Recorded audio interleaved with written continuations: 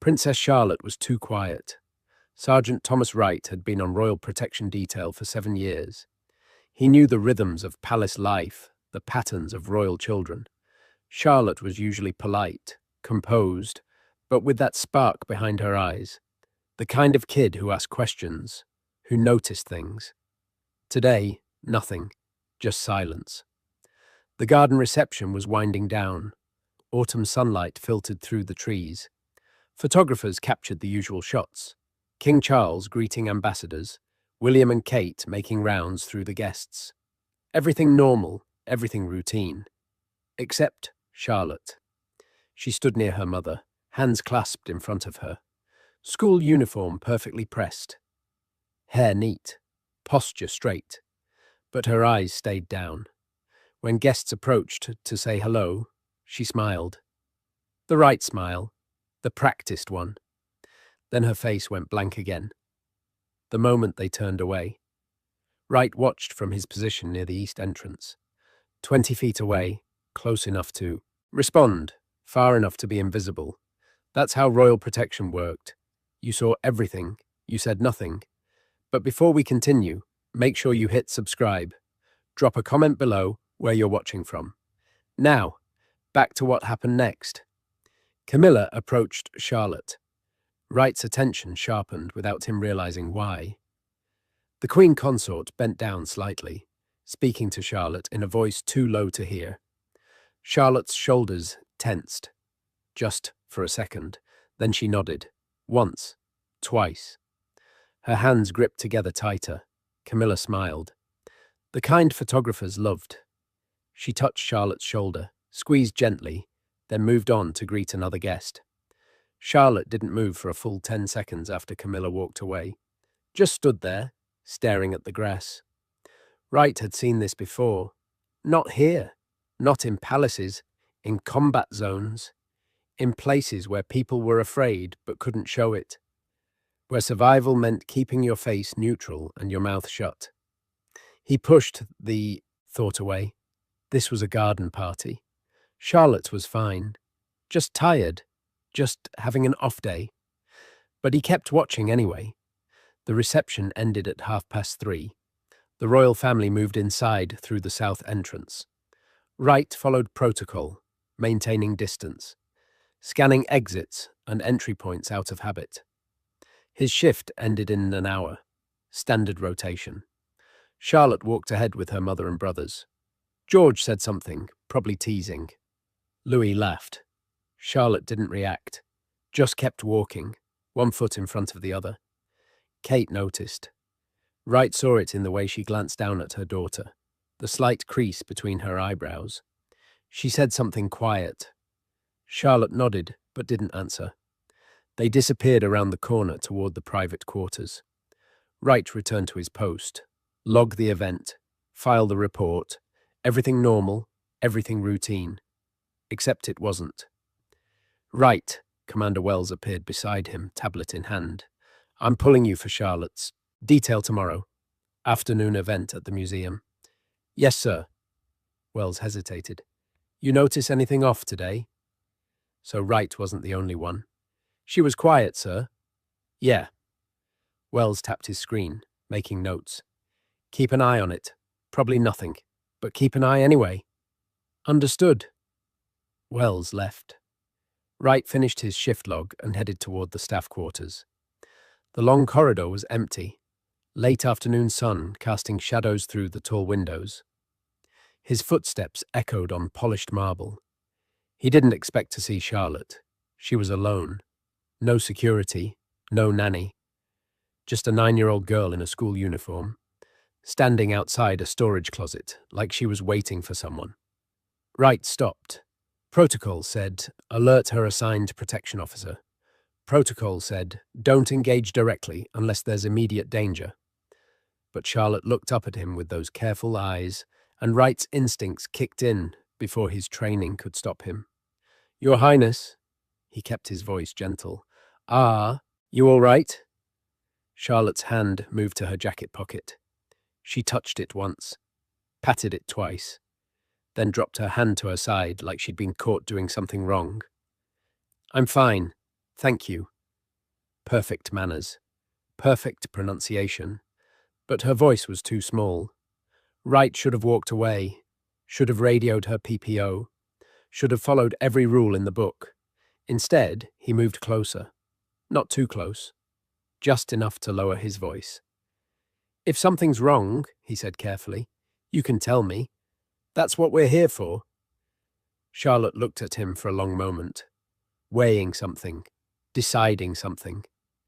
Then she glanced down the corridor, checking if anyone was coming, and stepped closer to the storage closet door. I dropped something, she said. Still too quiet. In there, earlier today. I need to get it back. The storage closet was locked, staff access only. Charlotte shouldn't have been anywhere near it. What did you drop? Wright asked. She hesitated. My phone. The old one. I was using it for a school project. Wright knew the Royals' schedules. Charlotte had no school projects requiring unauthorized storage closet access. When did you drop it? This morning, before the reception. Her hands twisted together. Please, I just need to get it back. I can't. She stopped, swallowed. I need it. The guard had seen a lot of things in 7 years. He'd learned to read faces, body language, the space between what people said and what they meant. Charlotte was lying, but not about needing that phone back. Wright pulled his radio. This is Wright. I'm at the South Corridor near Storage C7. Princess Charlotte misplaced an item, requesting access clearance. The response crackled back. Stand by. Charlotte watched him with an expression Wright couldn't quite read. Hope, maybe, or fear that he'd just made everything worse. 30 seconds later, clearance granted. Wells is sending supervisor. Copy that. They waited in silence. Charlotte's eyes kept flicking to the door. Her breathing was too fast. How long have you been standing out here? Wright asked. Not long. Does your mother know where you are? She thinks I'm in my room. The supervisor arrived, an older woman named Mrs. Patterson, who'd worked palace security for 20 years. She gave Charlotte a warm smile, then looked at Wright with practiced skepticism. Lost phone in a storage closet? Yes, ma'am, Charlotte said before Wright could answer. I was playing in the corridor this morning, and it fell behind some boxes when the door was open. Mrs. Patterson's expression softened. She unlocked the door and flipped on the light. Well, let's find it then. The closet was small. Shelves lined with supplies, linens, cleaning products, spare furniture pieces, boxes stacked in the corner. Charlotte moved immediately to the far right corner, behind a tall stack of storage containers. She knelt down, reached behind them, and pulled out a small phone. Old model, cracked screen protector. Got it, she said, holding it up. Relief flooded her face. Mrs. Patterson smiled. Mystery solved. Now off you go, Your Highness. I believe your mother will be looking for you. Yes, ma'am. Thank you.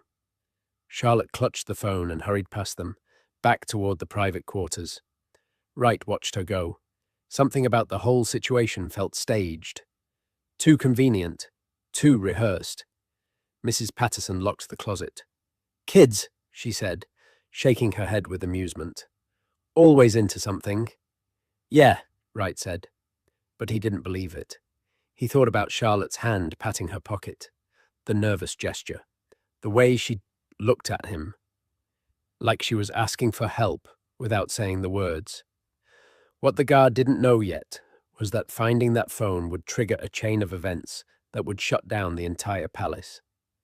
His shift ended at 6. He changed into civilian clothes, logged out, headed toward the staff exit. Normal evening, normal routine. Except he couldn't stop thinking about Charlotte's face. The next afternoon, Wright arrived for museum detail. Small event, Charlotte and a few classmates touring a new exhibition. Educational, low-key. Wright's job was simple. Stay close, stay alert, blend into the background. Charlotte seemed better. She laughed at something one of her friends said. She asked the museum curator questions about Roman artifacts. She looked like a normal kid having a normal day. But when Camilla appeared, unscheduled, unexpected, Charlotte went still. The Queen Consort swept in with her usual entourage, smiling for the cameras that shouldn't have been there. "Charlotte, darling, what a lovely surprise to find you here." Charlotte's smile appeared instantly, perfect and practiced. "Hello, grandmother." Camilla leaned in, kissed Charlotte's cheek. "I thought we might have tea afterward, just the two of us. We have so much to catch up on." Charlotte's hand moved to her pocket, the same gesture. Once, twice. "I think Mummy wanted me home after this," Charlotte said carefully. "Oh, I've already cleared it with Catherine." Camilla's voice stayed light, friendly. "She thinks it's a wonderful idea."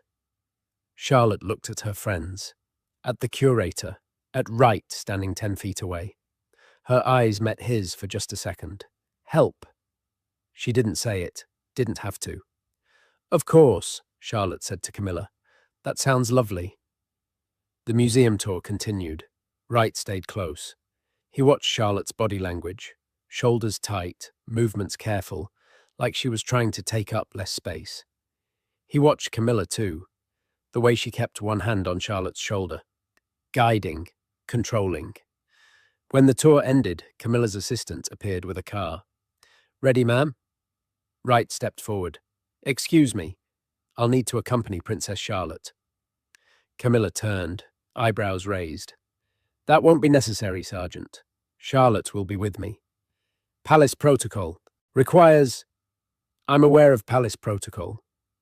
Her smile didn't waver, but her eyes went cold. "Charlotte is perfectly safe with her grandmother. We're going to Clarence House for tea.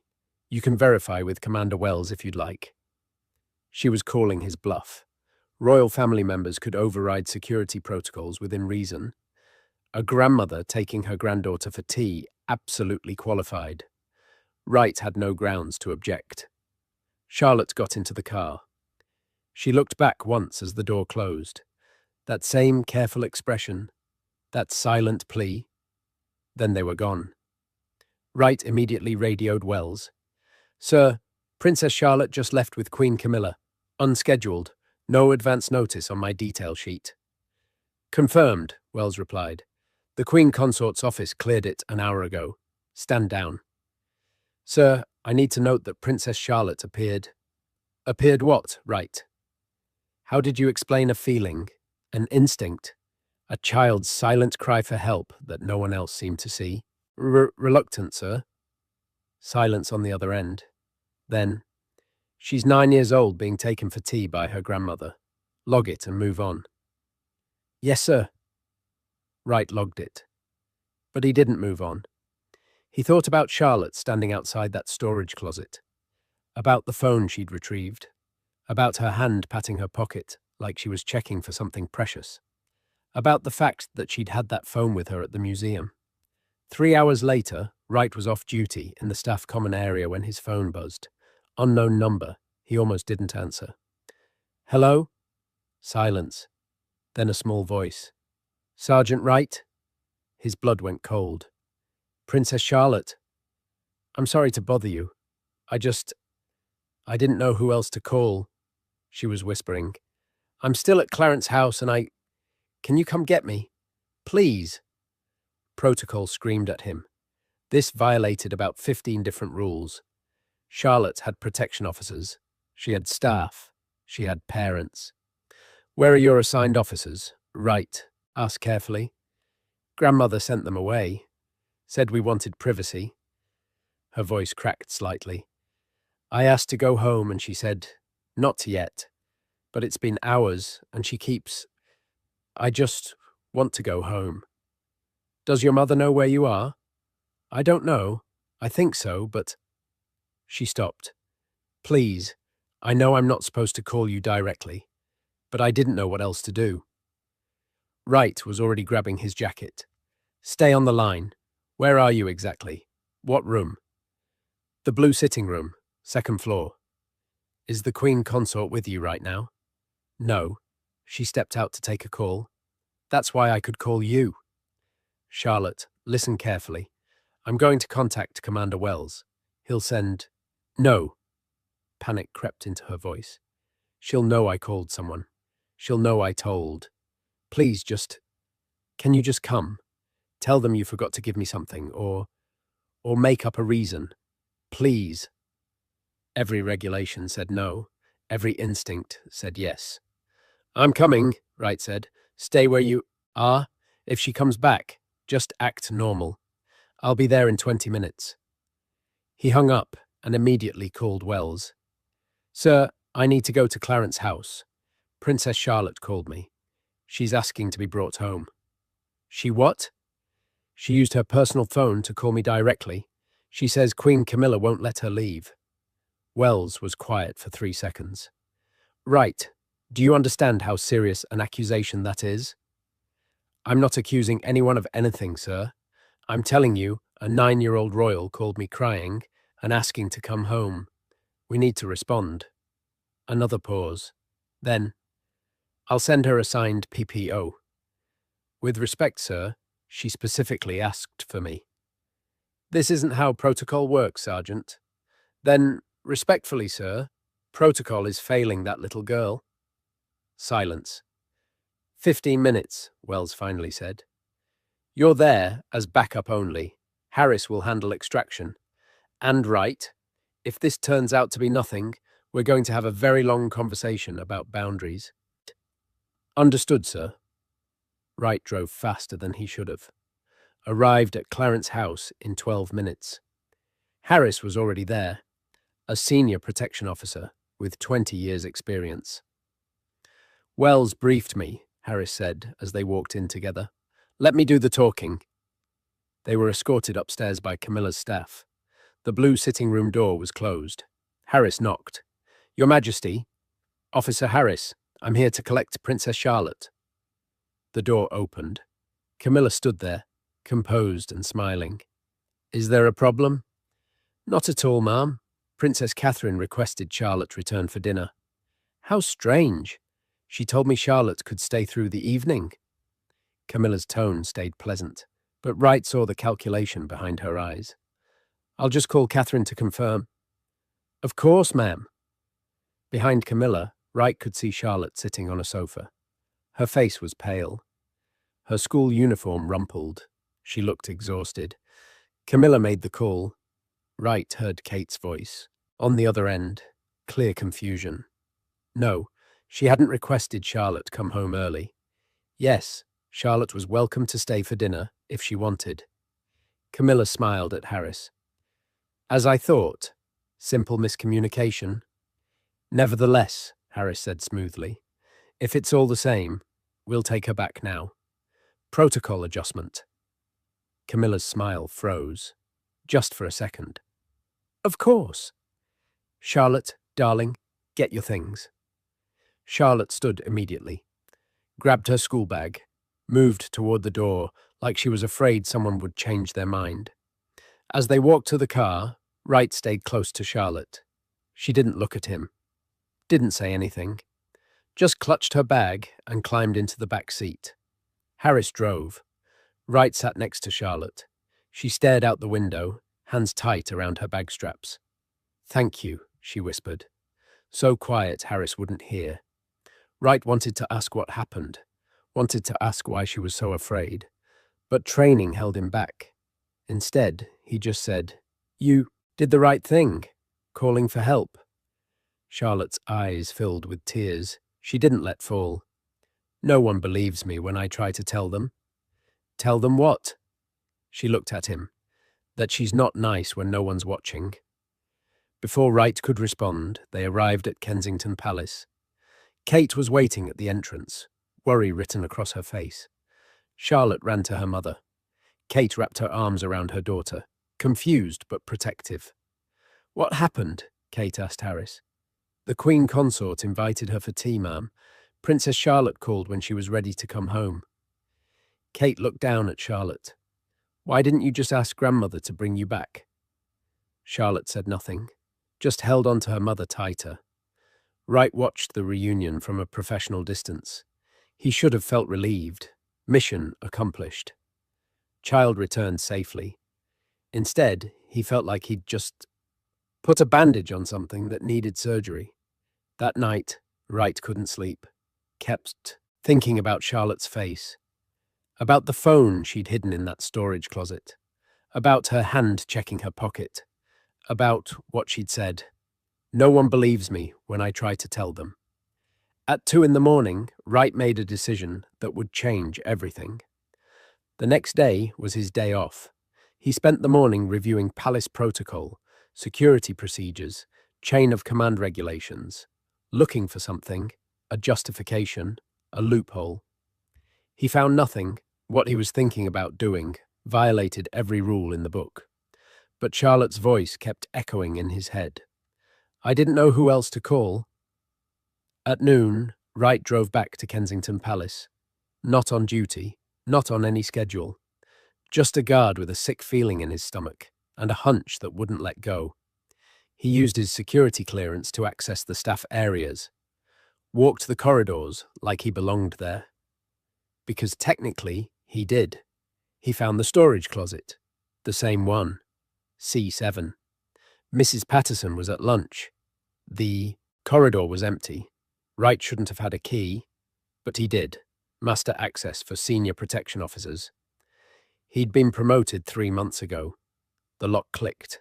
The door swung open. Wright stepped inside and closed the door behind him. The closet looked exactly the same. Shelves, boxes, supplies, nothing unusual. He moved to the corner where Charlotte had retrieved her phone, knelt down, looked behind the boxes. Nothing. He was about to leave when he noticed something. A small piece of paper, wedged between 2 boxes, folded once. Wright pulled it out. Charlotte's handwriting, neat, careful. If you're reading this, please listen to the recordings. They're on the old phone. I hide it here because it's the only place she doesn't look. Please. Someone needs to know what she says to me when we're alone. See. Wright's hands started shaking. He searched behind the boxes again, more carefully this time. His fingers found something small and hard, tucked into a gap between the wall and the shelf. A phone, the same one Charlotte had retrieved 2 days ago, except she must have put it back, hidden it again, because she knew she might need someone to find it. Wright pulled out the phone. The screen was cracked, but it powered on. No password. Voice memo app. 7 recordings. The oldest dated 3 weeks ago.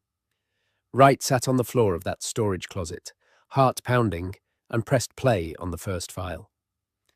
November 3rd, 4:15 p.m. Camilla's voice came first. Composed, pleasant. Charlotte, darling, we need to talk about your behavior at the luncheon today. Charlotte's response, quieter. I didn't mean to interrupt. I was just... You were showing off. Trying to get attention. No, Don't contradict me. The pleasantness vanished. You embarrassed your father. You embarrassed me. Do you understand? A pause. Then Charlotte's small voice. Yes, grandmother. Good. Now, this stays between us. Your parents have enough to worry about without you adding to their stress. Do you understand that too? Yes, grandmother. Wright remembered that luncheon. He'd been there. Charlotte had simply asked a question about the charity they were visiting. A perfectly normal question. Nothing embarrassing about it. He played the next recording. November 7th, 8:30 a.m. Different location, same cold tone. Charlotte, I've spoken to your mother about your schedule.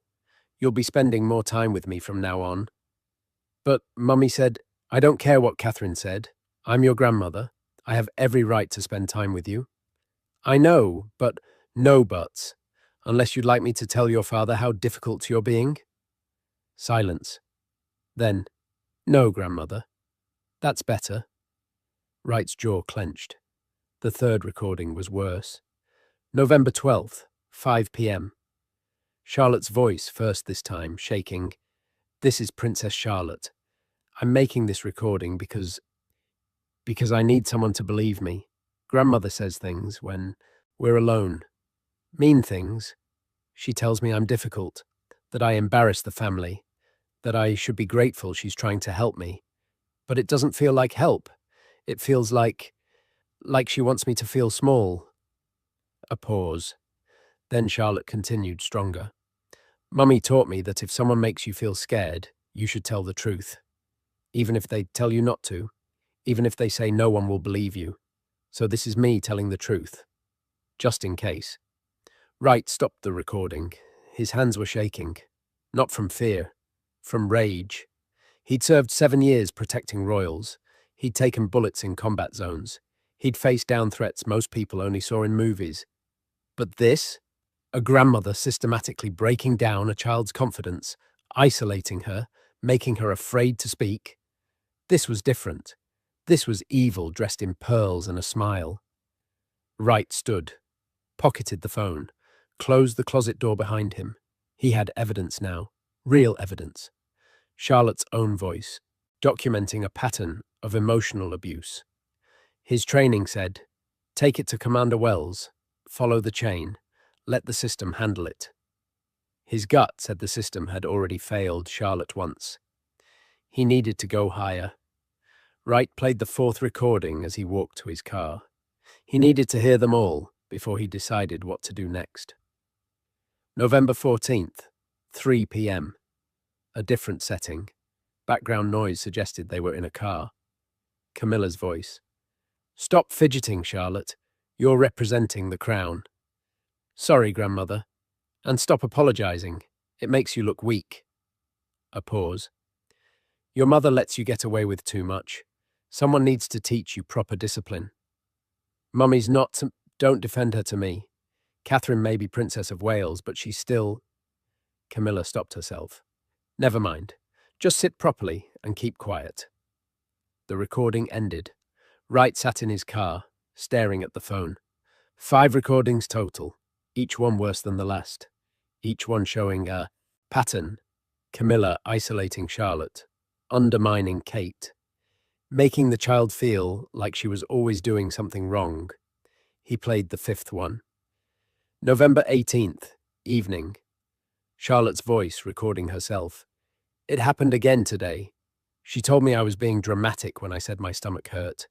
She said I was just trying to get out of our tea time. But it really did hurt.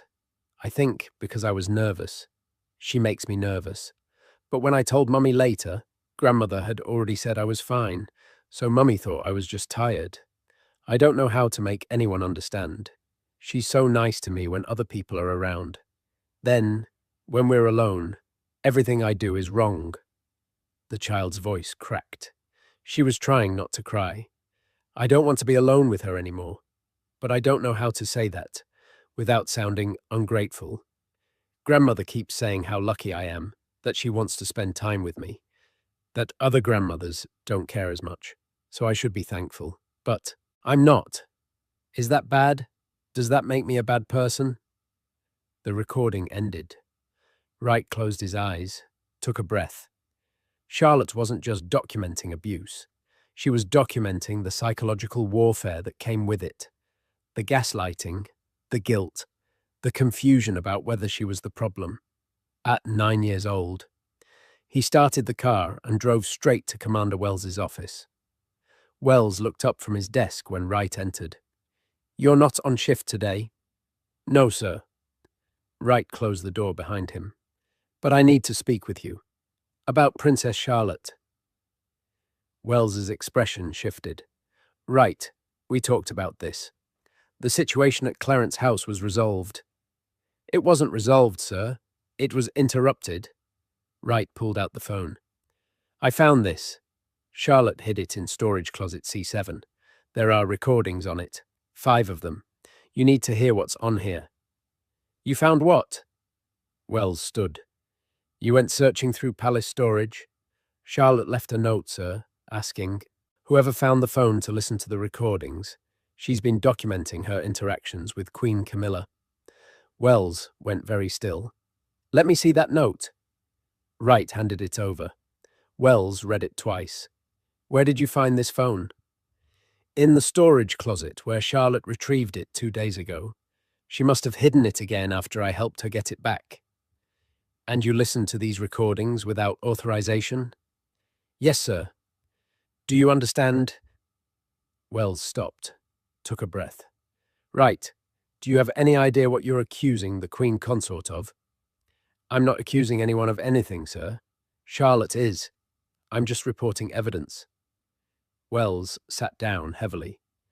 Play one of them. Wright selected the third recording, Charlotte's explanation of why she was making them. He watched Wells's face as the child's voice filled the small office. When it ended, Wells was quiet for a long moment. Play another one. Wright played the fourth recording. The car conversation. Wells' jaw tightened. How many are there? 5 total. Each one shows the same pattern. Camilla being cold, controlling, undermining the Princess of Wales, making Charlotte feel like she's always wrong. This is... Wells rubbed his face. This is a nightmare. Sir, with respect, it's been a nightmare for Charlotte for at least 3 weeks, probably longer. Wells looked at the phone like it might explode. We need to handle this carefully, very carefully. If this gets out... A child is being emotionally abused by the Queen Consort, Wright interrupted. How we handle it publicly comes second to stopping it. Don't lecture me about priorities, Sergeant. Wells's voice hardened. I know what's at stake here, but this isn't just about Charlotte. This impacts the entire royal family, the monarchy itself. Then the monarchy has a problem. The two men stared at each other. Wells broke first. I need to take this to the Director of Royal Protection. He'll decide next steps. How long will that take? As long as it takes. Wells reached for the phone. Give it to me. I'll make sure it gets to the right people. Wright hesitated. That's an order, Sergeant. Wright handed over the phone. Charlotte trusted someone would find this and do something about it. If it gets buried... It won't get buried, Wells said. But he didn't meet Wright's eyes. You're dismissed. And Wright, don't discuss this with anyone. That's not a request. Wright left the office, feeling like he'd just made a terrible mistake. 3 hours later, his phone rang. Unknown number. Sergeant Wright, this is David Lancaster, Director of Royal Protection. I need you to come to my office. Now. Lancaster's office was in a different building. More formal, more isolated. Wright had only been there once before, during his initial security clearance. Lancaster was in his 60s, former military, career royal protection. He'd served 3 monarchs. His face gave nothing away. Sit down, Sergeant. Wright sat. Lancaster placed Charlotte's phone on the desk between them. Commander Wells briefed me. I've listened to all 5 recordings. And I need you to explain to me why you thought it was appropriate to conduct an unauthorized search of palace property and confiscate what amounts to private communications of a royal family member. Wright's stomach dropped. Sir, Charlotte left a note specifically asking, Charlotte is 9 years old. She doesn't get to authorize security personnel to invade the Queen Consort's privacy. Camilla's privacy? Wright couldn't keep the disbelief out of his voice. Sir, did you listen to those recordings? Charlotte is documenting emotional abuse.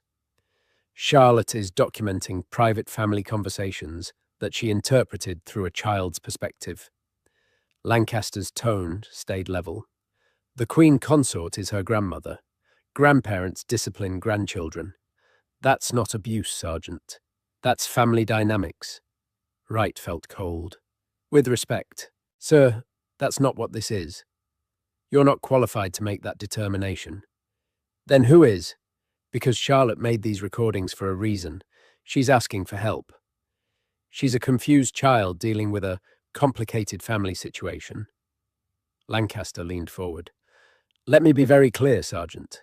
The Queen Consort is second in line to the throne after King Charles. She is beyond reproach. Accusations like this, based on secretly recorded conversations taken out of context, could cause irreparable damage. What about the damage being done to Charlotte? Princess Charlotte is surrounded by people who love her and protect her, including her grandmother. If there are tensions, that's for her parents to address privately. Wright stared at the man across from him. You're not going to do anything.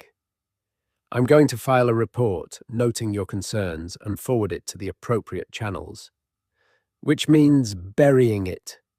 Lancaster's expression hardened. Which means following proper procedure, unlike you. He picked up the phone.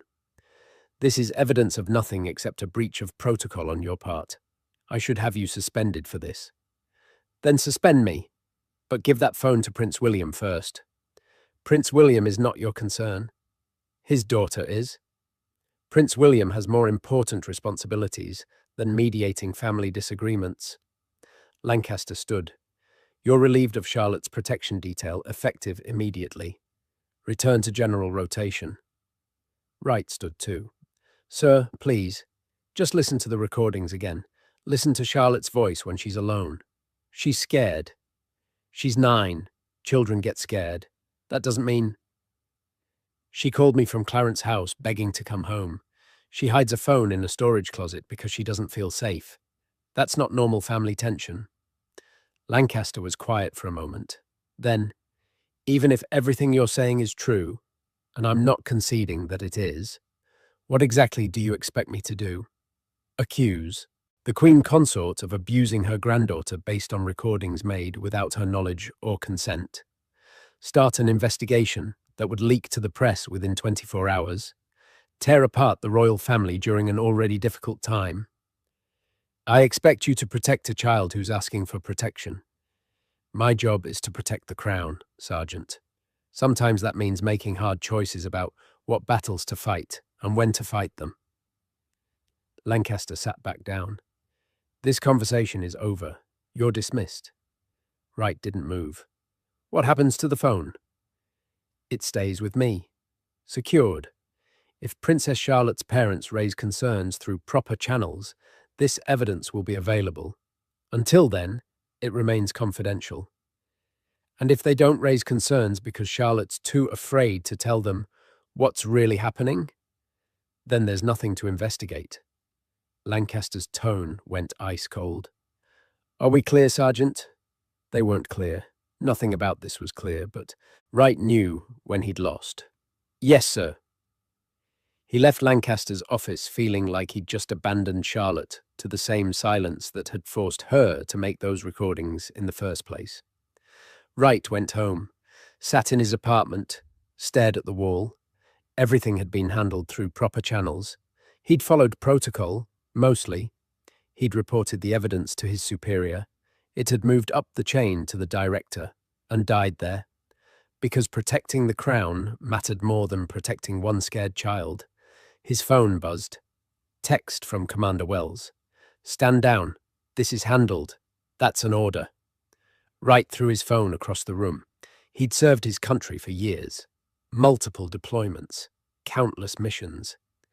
He'd followed orders even when they didn't make sense because that's what soldiers did. But this wasn't following orders. This was being complicit. Charlotte's voice echoed in his head. I need someone to believe me. Someone had to believe her. Someone had to act. Wright picked up his phone, scrolled through his contacts, stopped at one name, Captain Eleanor Marsh, Royal Communications. They'd worked together on security briefings. She was smart, careful, and, more importantly, she had access to senior royal staff. He called her. Right, it's late. I know, I need a favor, a big one. What kind of favor? The kind that could get both of us fired. Silence. Then, I'm listening. Wright told her everything, the recordings, Lancaster's dismissal. The phone locked away where it would never reach the people who needed to hear it. When he finished, Marsh was quiet for a long time. You're asking me to go over the director's head.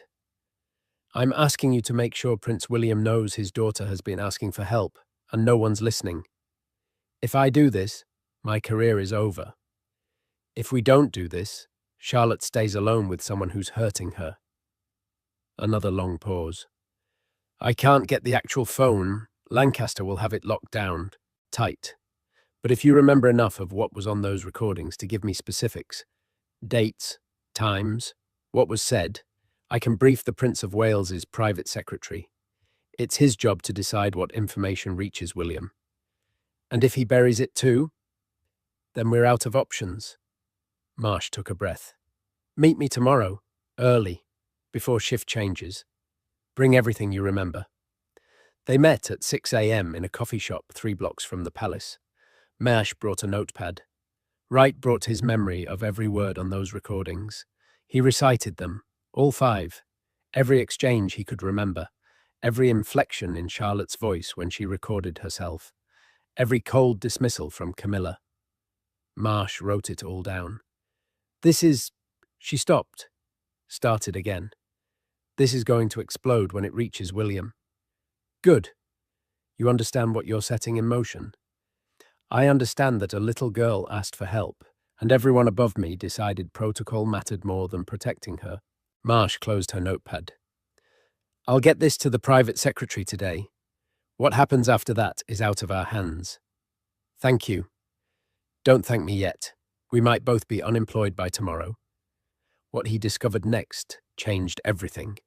But first, if you're enjoying this story, drop a like and let us know in the comments. Would you have had the courage to report this? Now, here's what happened when the evidence reached William.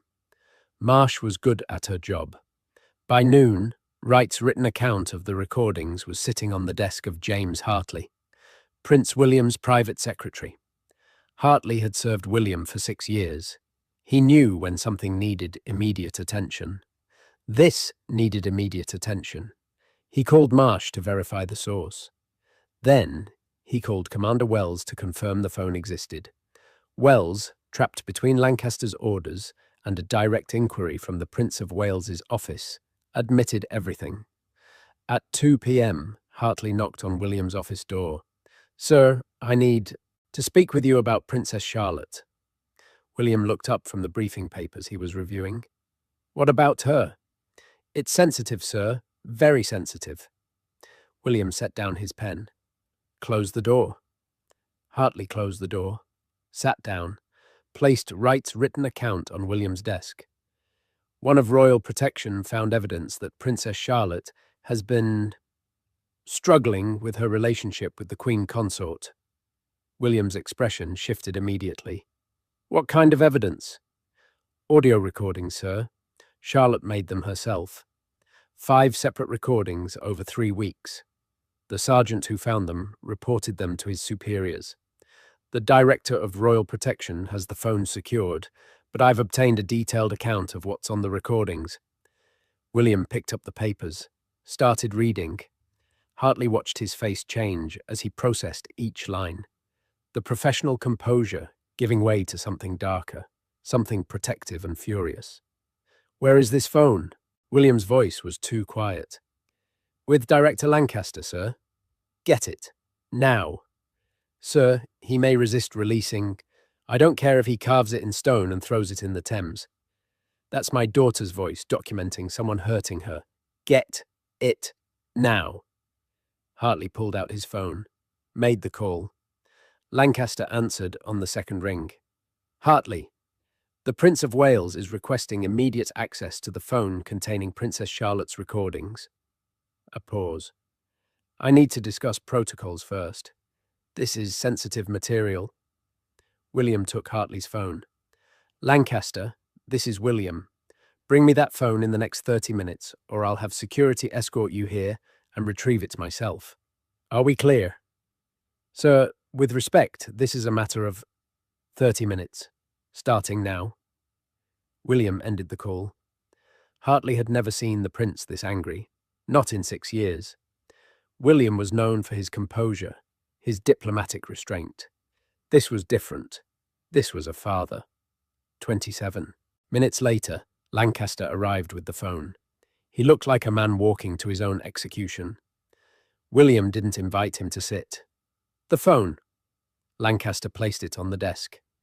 Sir, Before you listen to these, I think it's important to contextualize. Leave. Sir, leave my office. Now. Lancaster left. William stared at the phone for a long moment. Then he looked at Hartley.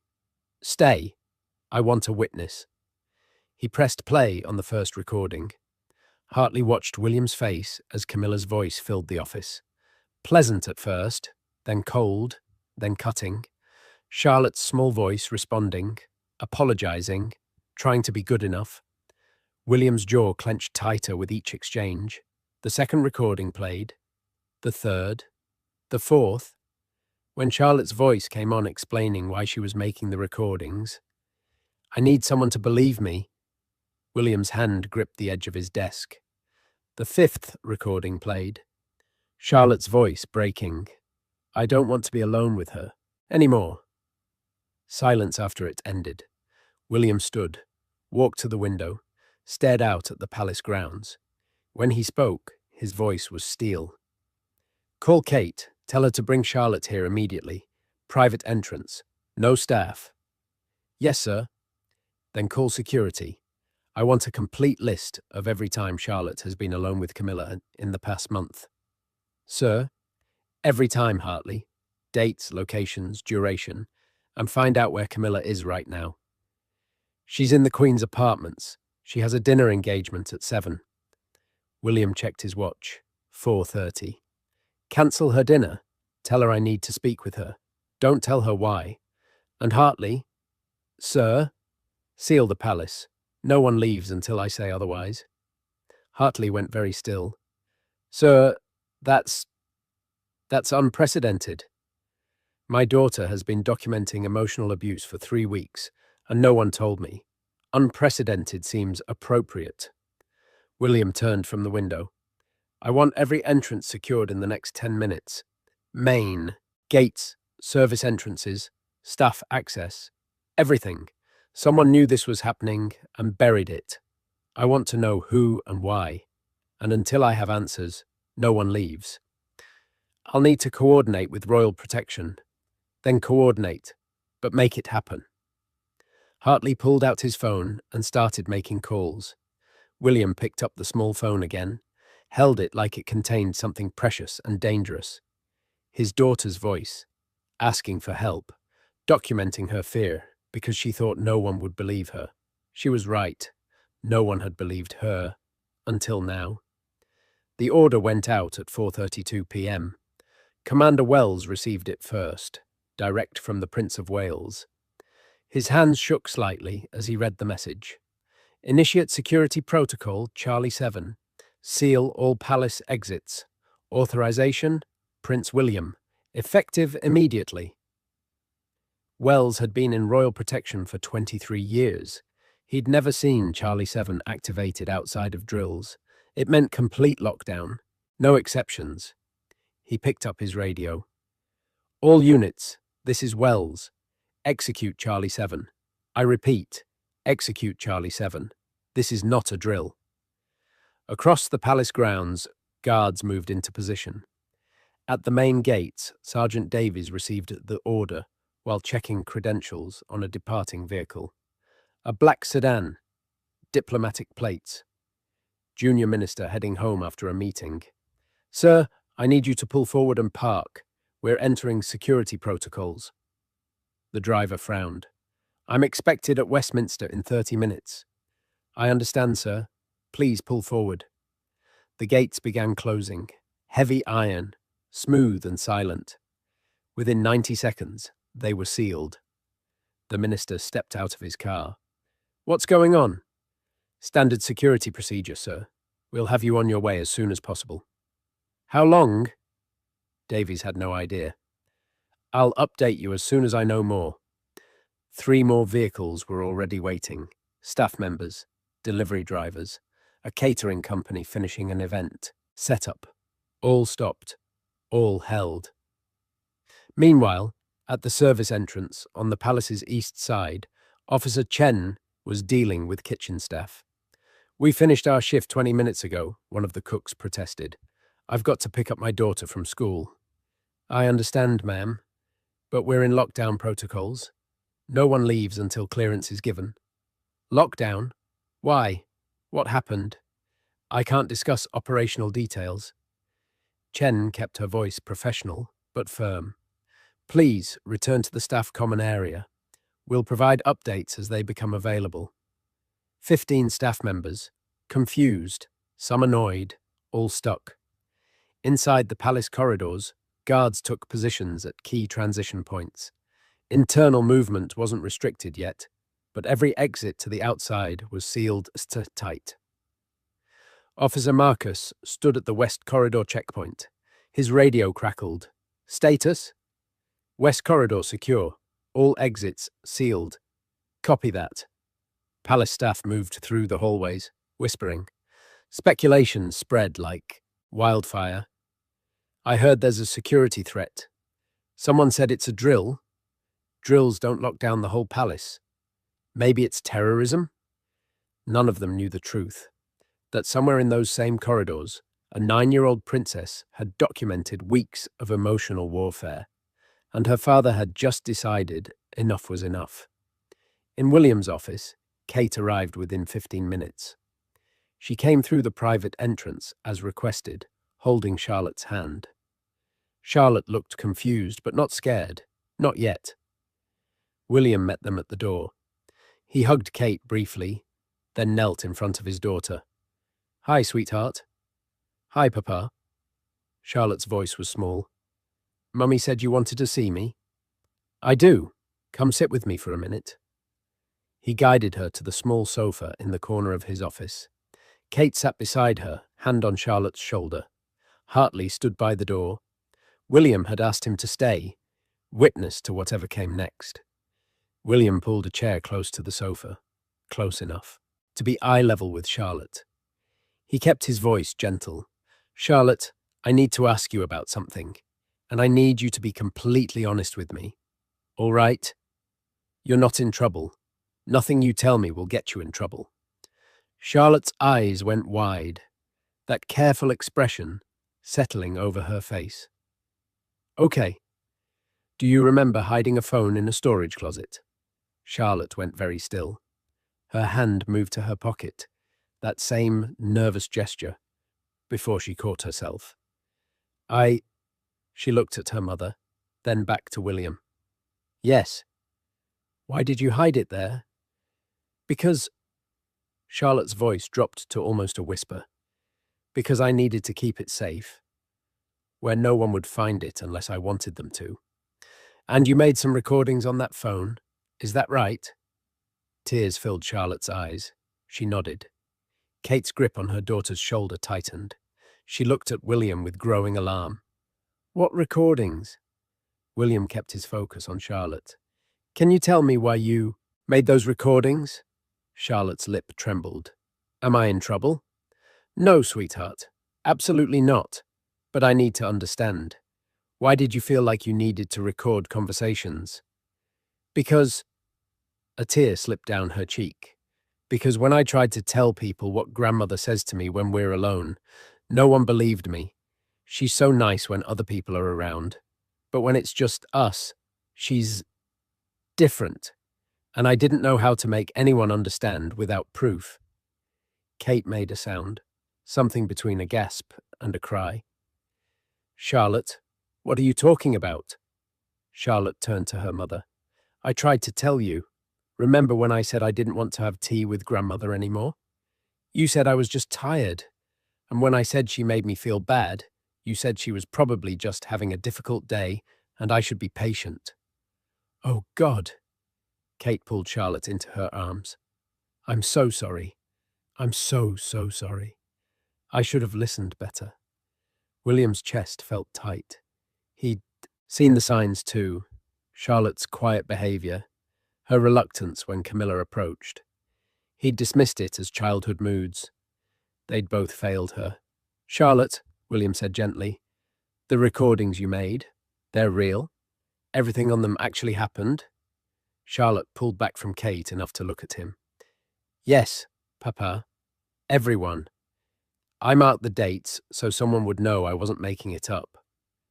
Did grandmother know you were recording? No. I kept the phone hidden in my pocket. Charlotte wiped her eyes. I know I wasn't supposed to, but I didn't know what else to do. She kept saying I was dramatic, that I exaggerated things, that I should be grateful she wanted to spend time with me when other grandmothers didn't care as much. And I started to think maybe she was right. Maybe I was the problem. William felt something break inside his chest. His 9-year-old daughter had been gaslit so thoroughly that she'd started to doubt her own reality, had felt so alone that she'd resorted to secretly documenting abuse just to prove to herself and everyone else that it was real. He reached out and took both of Charlotte's hands in his. You listen to me very carefully. You are not the problem. You have never been the problem. What grandmother said to you, the way she made you feel, that was wrong. None of it was your fault. Do you understand me? Charlotte nodded, tears streaming now. And you were incredibly brave to make those recordings. You did exactly the right thing. But no one found them, Charlotte said. I left the note, but I thought maybe no one would ever look. Sergeant Wright found them. He gave them to me. And because of you, because you were brave enough to document what was happening, we can make sure it never happens again. Charlotte threw her arms around William's neck, sobbed into his shoulder. William held his daughter, while Kate cried quietly beside them. Hartley looked away, giving them privacy in a moment that wasn't meant for witnesses. After a few minutes, Charlotte pulled back. Is grandmother going to be angry with me? Grandmother's feelings are not your concern, William said firmly. You are safe, you are believed, and you will never be alone with her again. I promise you that. Really? Really? Charlotte sagged with visible relief, like she'd been holding her breath for weeks and could finally exhale. Kate pulled her close again. I'm so sorry I didn't see it sooner. I should have known. It's okay, Mummy. She was really good at hiding it. That doesn't make it okay? Kate looked at William. Her eyes were red, but her voice was steel. Where is she now? Being summoned to my office. William checked his watch. 4:57. Charlotte, I need you to go with Hartley. He's going to take you to the private quarters. Stay there with Mummy until I come for you. Are you going to talk to grandmother? Yes. Are you going to play the recordings for her? William hesitated. Then, yes, Charlotte nodded. Good. I want her to know that I wasn't lying, that it really happened. William kissed his daughter's forehead. It really happened, and everyone is going to know that now. Kate took Charlotte's hand. Hartley escorted them out through the private door. William stood alone in his office. He picked up the phone again, scrolled through the recordings, listened to 30 seconds of the fourth one. Camilla's voice telling Charlotte she was being dramatic, that she was embarrassing the family. He stopped at the playback. His hands were shaking with rage. 5 minutes later, his office phone rang.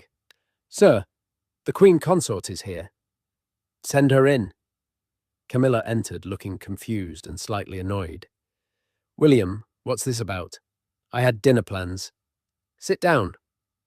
The tone stopped her. She'd heard William upset before, frustrated with media, angry about breaches of privacy. This was different. This was cold fury, barely contained. She sat. William remained standing. I'm going to ask you a question, and I want you to think very carefully before you answer. All right. Have you been spending time alone with Charlotte over the past few weeks? Camilla's expression shifted. Just slightly. Of course, she's my granddaughter. We have tea occasionally. Why? How would you characterize those interactions? Pleasant? Educational? I'm trying to teach her proper deportment, the responsibilities that come with her position. Camilla's tone stayed measured. Is there a problem? William placed the phone on his desk between them. Charlotte made recordings during your time together, 5 of them. Would you like to hear what's on them? All the colour drained from Camilla's face. That's... She stopped, regrouped. If Charlotte made recordings without my knowledge, that's a serious breach of Charlotte is 9 years old and was documenting evidence because she felt unsafe. That's not a breach of privacy. That's a cry for help. Unsafe? That's absurd. I've never... Let me play one for you. William pressed play on the third recording. Charlotte's voice, explaining why she was making them. Grandmother says things when we're alone. Mean things. She tells me I'm difficult, that I embarrass the family. Camilla's hand went to her necklace. That's taken completely out of context. William stopped the recording. All 5 of them are out of context. I was trying to teach her discipline, structure. Kate lets her run wild. Don't. William's voice dropped. Don't make this about Kate. We're approaching the moment that shocked everyone who witnessed it. If you haven't subscribed yet, do it now. We share stories like this, daily. Here's what happened when William confronted the truth. Charlotte is a child, Camilla said, voice rising. A spoiled child who didn't appreciate someone trying to help her grow up properly. Help her? William stepped closer to the desk. You isolated her. You undermined her mother. You made her feel like everything she did was wrong. You gaslit a 9-year-old until she started recording evidence, just to prove to herself she wasn't imagining things. I did no such thing. Shall I play more of the recordings? Would you like to hear yourself telling her that her parents have too much to worry about without her adding to their stress? Or the part where you said she was being dramatic when she told you she felt sick? Camilla stood. I won't sit here and be accused. Sit down. The command froze her. William had never spoken to her like this. Never used the full weight of his authority as heir to the throne. Camilla sat. You're going to listen to every one of these recordings, William said, and then you're going to explain to me why my daughter felt so unsafe with you that she hid a phone in a storage closet and begged a guard to help her.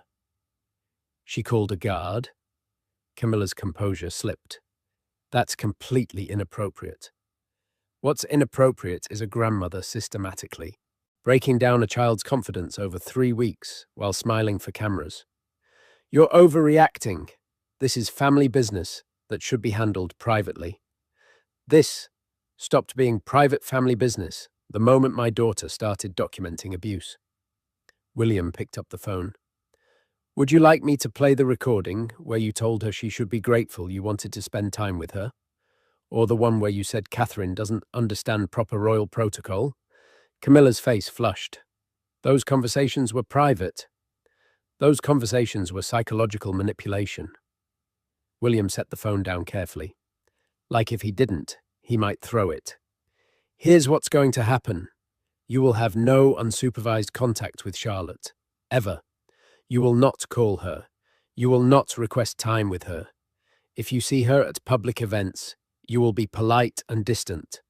Nothing more. You can't dictate my relationship with my granddaughter. I can and I am. Charlotte is my daughter. Her safety is my responsibility, and you have proven you cannot be trusted with her. Charles will never allow this. Charles will absolutely allow this when he hears these recordings. Camilla stood again. This is ridiculous. I was trying to help her. Everything I said was for her own good. Everything you said was cruel. William's voice stayed level, but the fury beneath it was unmistakable. You made a child feel small because it made you feel powerful. That's not discipline. That's not structure. That's abuse. How dare you? How dare you? William moved around the desk. Charlotte is 9 years old. She's kind and smart and brave. And you tried to break that because... He stopped. Actually, I don't care why. I don't care what your justifications are. The result is the same. My daughter was afraid of you, and now she never has to be again. Camilla's hands shook. If you think you can ban me from... I already have. Palace security has been instructed. You will not have access to any of my children without Kate or myself present. Those restrictions are effective immediately, and non-negotiable. This is insane. Over some misinterpreted conversations, 5 recordings, 3 weeks of documented evidence. Charlotte's own voice explaining why she felt unsafe. William gestured to the phone. That's not misinterpretation. That's a pattern. Camilla grabbed her purse. I won't stand here and listen to this. I'm leaving. No, you're not. She turned. Excuse me? The palace is in lockdown. No one leaves until I authorize it. That includes you. You locked down the entire palace because of this? I locked down the entire palace because someone in royal protection knew about these recordings and buried them. Until I know who and why, no one leaves. Camilla's eyes widened. You can't be serious. Completely serious. William opened his office door. 2 guards stood outside. Please escort the Queen Consort to the Queen's apartments. She's not to leave without my authorization. Sir, Camilla started, we're done here. If you attempt to contact Charlotte in any way, I will make these recordings public. Do you understand? Camilla stared at him. For the first time, she seemed to realize he wasn't bluffing. You would destroy me over this. I would destroy anyone who hurt my children. You're not special in that regard. The guards waited. Camilla had no choice. She walked out with whatever dignity she could muster. The door closed behind her. William sat down heavily. His hands were still shaking. Hartley appeared from the adjoining room where he'd been listening. Sir, that was necessary. I was going to say restrained. I wouldn't have been. William allowed himself a grim smile. I wanted to say more, much more. What happens now? Now we find out who knew about these recordings and decided Charlotte's safety mattered less than palace politics. Hartley pulled out his tablet. I've been compiling a timeline. The sergeant who found the phone, Thomas Wright, reported it to Commander Wells yesterday at 1400 hours. Wells took it to Director Lancaster by 1600. Lancaster had the phone in his possession for approximately 20 hours before Wright bypassed the chain of command through Captain Marsh. Lancaster sat on evidence of child abuse for almost a full day. Technically, he filed a report noting the concern. A report no one would ever see. William stood. Get me Lancaster and Wells. I want them both here in 30 minutes. Sir, should we involve legal counsel? If you're considering disciplinary action, I'm not considering it. I'm guaranteeing it. William looked out the window. Dusk was settling over the palace grounds. Somewhere out there, staff and visitors were trapped by the lockdown, confused and frustrated. Good. Let them be frustrated. His daughter had been trapped in a pattern of abuse for weeks. Frustrated seemed like a fair trade. And Hartley, call the King's office.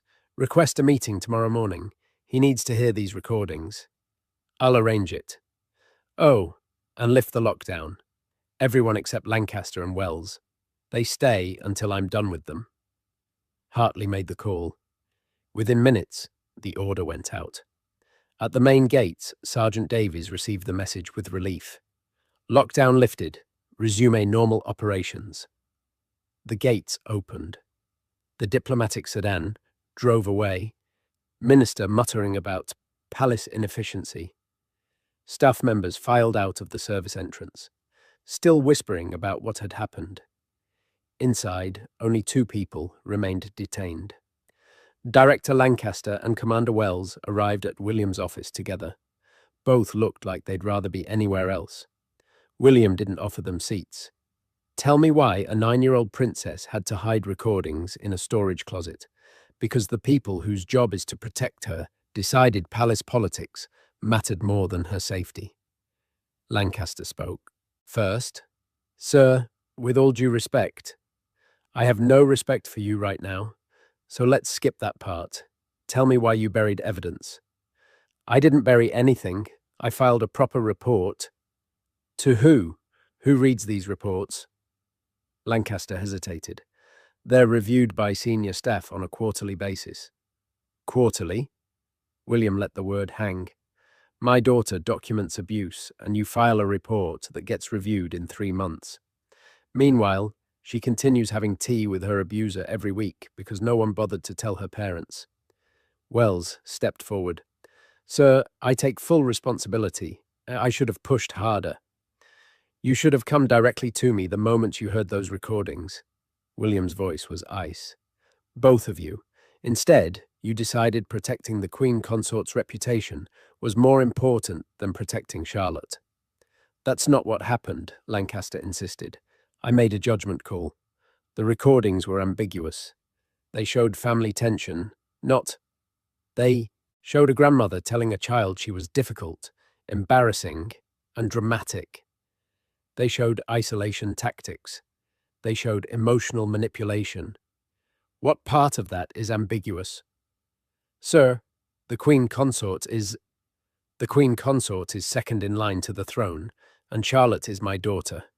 She wins. Every time. Without question. Lancaster and Wells stood silent. Here's what's going to happen, William continued. You're both suspended pending a full investigation. I want every decision documented, every conversation, everyone who knew about these recordings, and if I find out anyone else sat on this information, they're finished. Sir, please, Wells started. You had a chance to do the right thing, Commander. You chose protocol over protecting a child. Now you face the consequences. What about Sergeant Wright? Wells asked quietly. He violated multiple regulations to get you that phone. Sergeant Wright is the only person in this entire chain who understood that. Sometimes doing the right thing means breaking the rules. William pulled out his phone.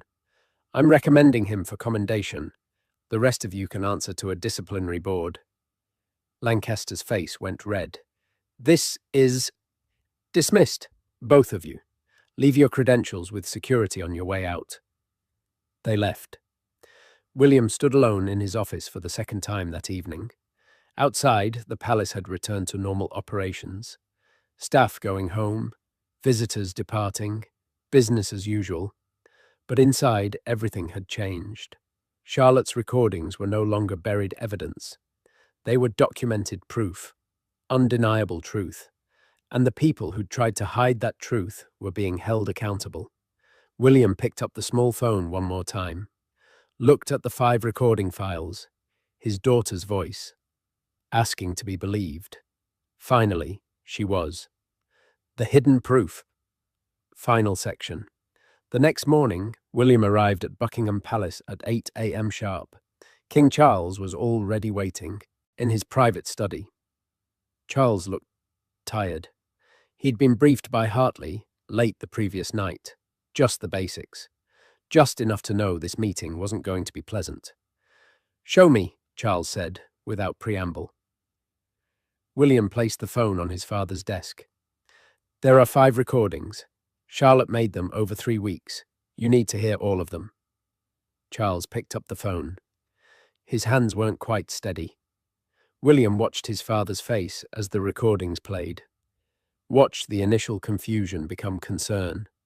Concern become anger. Anger become something harder to define. When the 3rd recording played, Charlotte explaining why she was documenting everything, Charles closed his eyes. Dear God. The 4th recording played. Camilla's voice, cold and cutting. Your mother lets you get away with too much. Someone needs to teach you proper discipline. Charles set down the phone. Stop. I've heard enough. There's one more. I said I've heard enough. Charles stood, walked to the window, stared out at the palace gardens. How long have you known? Since yesterday afternoon. The recordings were found 2 days ago, but buried by royal protection. Buried? Director Lancaster decided Charlotte's evidence wasn't worth reporting to me. He filed it away where no one would see it. Charles turned. He did what? He made a judgment call. Protecting Camilla's reputation mattered more than protecting Charlotte. Where is Lancaster now? Suspended, pending investigation, along with Commander Wells. Charles nodded slowly. Good. He sat down heavily. I need to hear the last recording. William played it, Charlotte's voice breaking with emotion. I don't want to be alone with her anymore, but I don't know how to say that without sounding ungrateful. When it ended, Charles was quiet for a long moment. She really said those things to Charlotte? All of it? All of it. Charlotte confirmed every recording is accurate. And we had no idea. Charlotte tried to tell us, both of us. Kate and I dismissed it as family tension, normal grandmother-granddaughter dynamics. William's voice hardened. We failed her. So did I. Charles rubbed his face. She seemed withdrawn lately. I thought she was just tired. Too many events. I told myself she needed rest, not intervention. She needed someone to believe her. And instead she had to create evidence to prove she wasn't lying. Charles looked at the phone, like it contained something poisonous. What have you done so far? Banned Camilla from unsupervised contact with any of the children.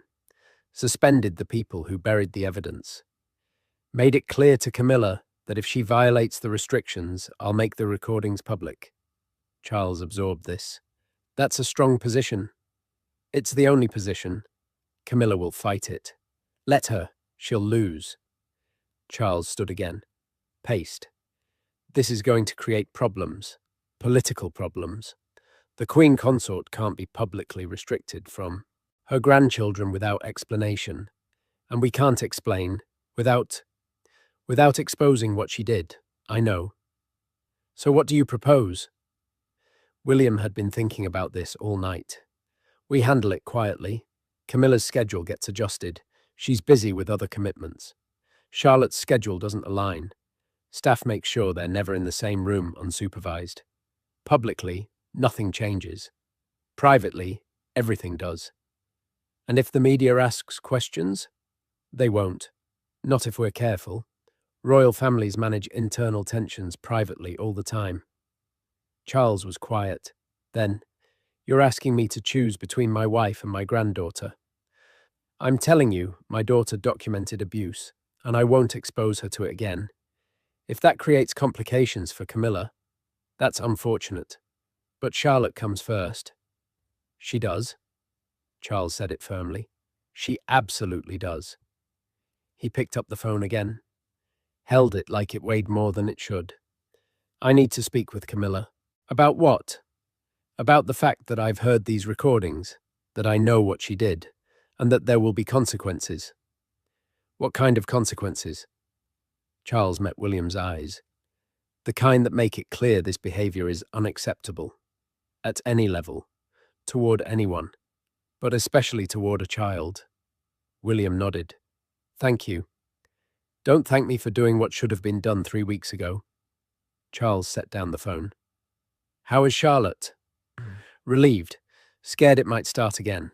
Worried she got people in trouble. She got the right people in trouble. I told her that. But she's 9. She's still processing. Let me see her. Later today. I want to tell her myself that she did nothing wrong. She'd like that. Charles walked his son to the door, paused before opening it. William, when this is over, when the dust settles, I want a full review of child protection protocols. Not just for royals, for all palace staff families.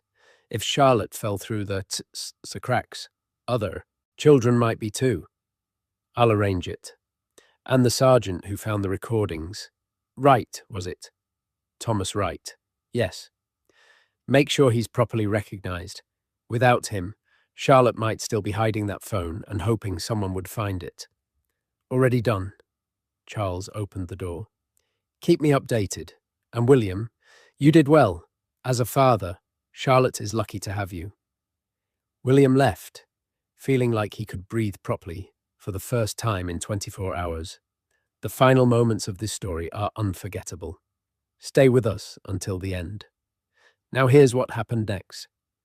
That afternoon, Charles summoned Camilla to his study. She arrived composed, but wary. She knew he'd been briefed, knew the recordings had reached him. Sit down, Camilla. She sat. Charles didn't waste time. I've heard the recordings. All of them. Camilla's jaw tightened. Charles, those conversations were private. Charlotte had no right. Charlotte is a child who documented evidence of mistreatment. She had every right. Mistreatment? Camilla's voice rose. I was trying to teach her proper behavior. Kate spoils her. Someone needed to make her feel safe, so not small. Charles's tone stayed level, but cold. You told her she was difficult, embarrassing, that she should be grateful you wanted to spend time with her. Those aren't teaching moments, Camilla.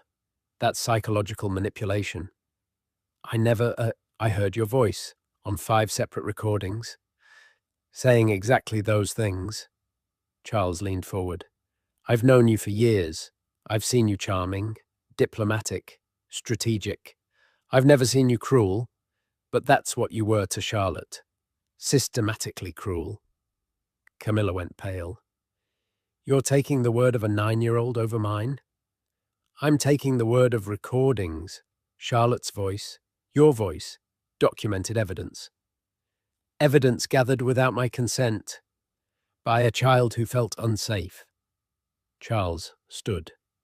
Here's what's going to happen. You will have no contact with Charlotte unless William or Kate is present.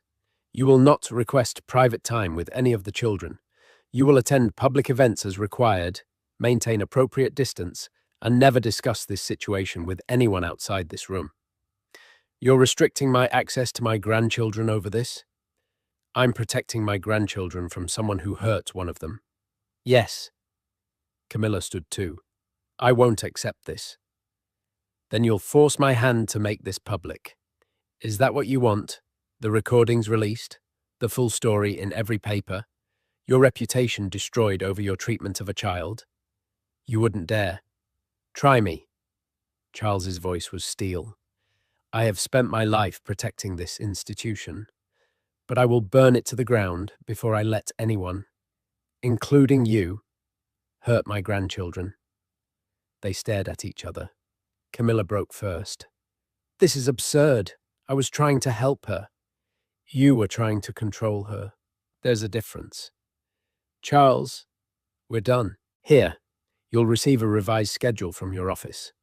Public duties continue as normal. Private family time does not. Those are the terms. They're non-negotiable. Camilla left without another word. Charles sat down alone in his study, picked up his phone, called William. It's done. She understands the restrictions. How did she take it? Badly, but she'll comply. She has no choice. Thank you. Don't thank me yet. This isn't over. She'll test the boundaries. We need to be vigilant. We will be. Charles hung up and stared at nothing for a long time. His wife had hurt his granddaughter. That was the reality he had to live with now. He'd chosen his granddaughter. He'd choose her again. Every time. But it didn't make the choice any easier. 3 days later, Wright was called to Commander Wells's office. Wells had been reinstated pending the investigation's conclusion. Lancaster had not. Sergeant Wright, sit. Wright sat. Wells looked uncomfortable. I owe you an apology. You were right. About everything. I should have pushed harder. Should have gone directly to the Prince of Wales the moment I heard those recordings. Yes, sir, you should have. Wells nodded. Fair enough. He pulled out an official document. Prince William has requested you be assigned as Princess Charlotte's primary protection officer. Permanent detail, if you're willing. Wright's eyes widened. Sir, I'm not senior enough for... You're exactly senior enough. Charlotte trusts you. That matters more than rank. Wells slid the document across the desk. It comes with a promotion, staff sergeant, and a formal commendation for actions beyond the scope of duty. Wright picked up the document. Read it twice. This is... deserved. You risked your career to protect a child who'd been failed by every level of command above you. The Prince wants to make sure that's recognized. What about Lancaster? Forced retirement. Effective immediately. He'll keep his pension, but his career is over. Wright nodded slowly. And the investigation? Ongoing, but the conclusions are pretty clear. Protocol was followed at the expense of common sense. Rules were prioritized over a child's safety. That won't happen again. Wells stood. The prince would like to meet with you. Tomorrow, 10 a.m. His private office at Kensington Palace. Yes, sir? And right. Thank you for being the one person in this entire mess who understood that sometimes doing the right thing means breaking the rules. Wright left, feeling like the ground had shifted under him. He'd expected to be fired. Instead, he was being promoted and personally thanked by the Prince of Wales, because he'd listened when a 9-year-old asked for help. The next morning, Wright arrived at Kensington Palace in his dress uniform. He was escorted to William's private office, the same room where Charlotte's recordings had first been played. William stood when he entered, extended his hand. Sergeant Wright, thank you for coming. Sir. Wright shook his hand. Please, sit. William gestured to the chair. I wanted to thank you personally. What you did, finding those recordings, refusing to let them be buried, that saved my daughter from weeks more of mistreatment. I was just doing my job, sir. No, your job was to follow protocol. You chose to do what was right instead. There's a difference. William sat across from him. Charlotte asked me to tell you something. She said thank you for believing her when no one else did. Wright's throat tightened. She did the brave part, sir. Making those recordings. Leaving that note. All I did was find them. You did more than that. You fought for her when people with more authority decided she didn't matter as much as palace politics. William leaned forward. I'm putting you on Charlotte's permanent detail. She trusts you. More importantly, she knows you'll listen if something's wrong. That's worth more than any amount of experience. I'd be honored, sir. Good, because she specifically asked for you. William smiled slightly. She said you're the guard who actually pays attention. Wright felt something in his chest loosen. She's a remarkable kid, sir. She is, and she deserves people around her who see that, who protect that. William stood. Thank you, Sergeant, for giving her that protection when she needed it most. Wright stood too, saluted. It's my privilege, sir. As he left, Wright passed Charlotte in the hallway. She was with her mother, heading to another part of the palace. She saw him and smiled. A real smile, not the practiced one for cameras. Hi, Sergeant Wright. Your Highness? He nodded respectfully. Mummy told me you're going to be my guard now, like all the time. If that's all right with you. It's very all right. Charlotte's smile grew. Thank you for finding my phone, for making sure someone heard it. Thank you for being brave enough to make those recordings. Charlotte's expression turned serious. I was really scared, but I knew I had to, because if I didn't have proof, no one would believe me. Kate's hand tightened on her daughter's shoulder. Well, everyone believes you now, Wright said gently. I know. Charlotte looked up at her mother, then back at Wright. It feels better, not being alone with it anymore. You're not alone. You never will be again. Charlotte nodded. Then she and Kate continued down the hallway. Wright watched them go. Watched Charlotte walk with her mother's hand on her shoulder. Protected, believed, safe. That was worth everything. Every broken rule, every career risk, every consequence. One child, finally safe. 2 weeks later, palace life had settled into a new normal. Camilla attended public events, smiled for cameras, maintained her schedule, but she was never alone with any of the children. Staff made sure of it. William and Kate made sure of it. At first, she tested the boundaries, suggested tea with Charlotte, was politely declined, requested time with George and Louis, was told their schedules didn't allow it. After the third refusal, she stopped asking. The media noticed nothing. To them, it looked like the usual royal family dynamics. Some events together, some apart. Nothing unusual. Inside the palace, everyone who needed to know understood the truth. Charlotte's recordings had been preserved as evidence, locked away but accessible if needed, a reminder that the truth had been documented, that it couldn't be denied. The investigation into royal protection's handling of the situation concluded with new protocols. Any report involving a minor's safety would be immediately escalated. No exceptions, no judgment calls, straight to the parents, straight to senior royals. Lancaster's forced retirement was announced quietly. Pursuing other opportunities, the statement read. No one outside the palace knew the real reason. Commander Wells kept his position, but was demoted. He'd failed in his duty. He accepted the consequences. Wright took his new position as Charlotte's primary protection officer. She seemed lighter now, more like herself. She laughed more, asked questions more. The careful mask she'd worn had started to crack, revealing the bright, curious child underneath. One afternoon, 3 weeks after the recordings were found, Charlotte approached Wright during a public event. "Can I ask you something?" she said quietly. "Of course, Your Highness." "Did you get in trouble for finding my phone and telling people about it?" Wright knelt down so they were eye level. "A little bit, but the right kind of trouble. The kind that means you did the right thing even when it was hard. I'm glad you did it anyway." "Me too." Charlotte looked at him seriously. "If something's ever wrong again, not with grandmother, but with anything, I can still tell you, right?" "Always. That's what I'm here for." "Good." She smiled. "Because now I know that if I tell someone and they don't listen, I can find proof. Like I did before." "Or," Wright said gently, "you can trust that the people around you will listen the first time. You shouldn't have to prove you're telling the truth, Charlotte. Your word should be enough."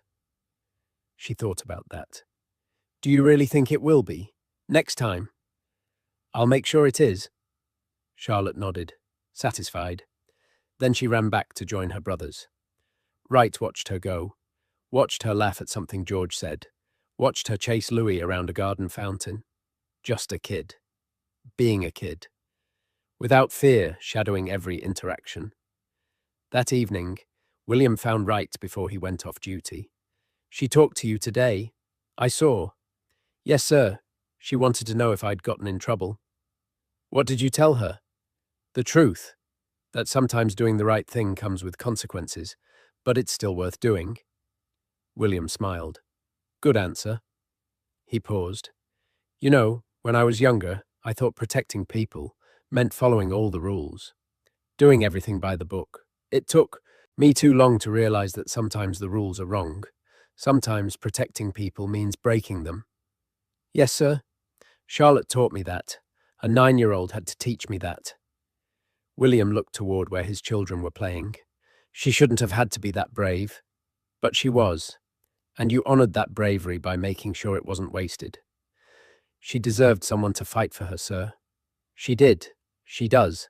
And now she has that." William extended his hand again. "Thank you, Sergeant, for being that person."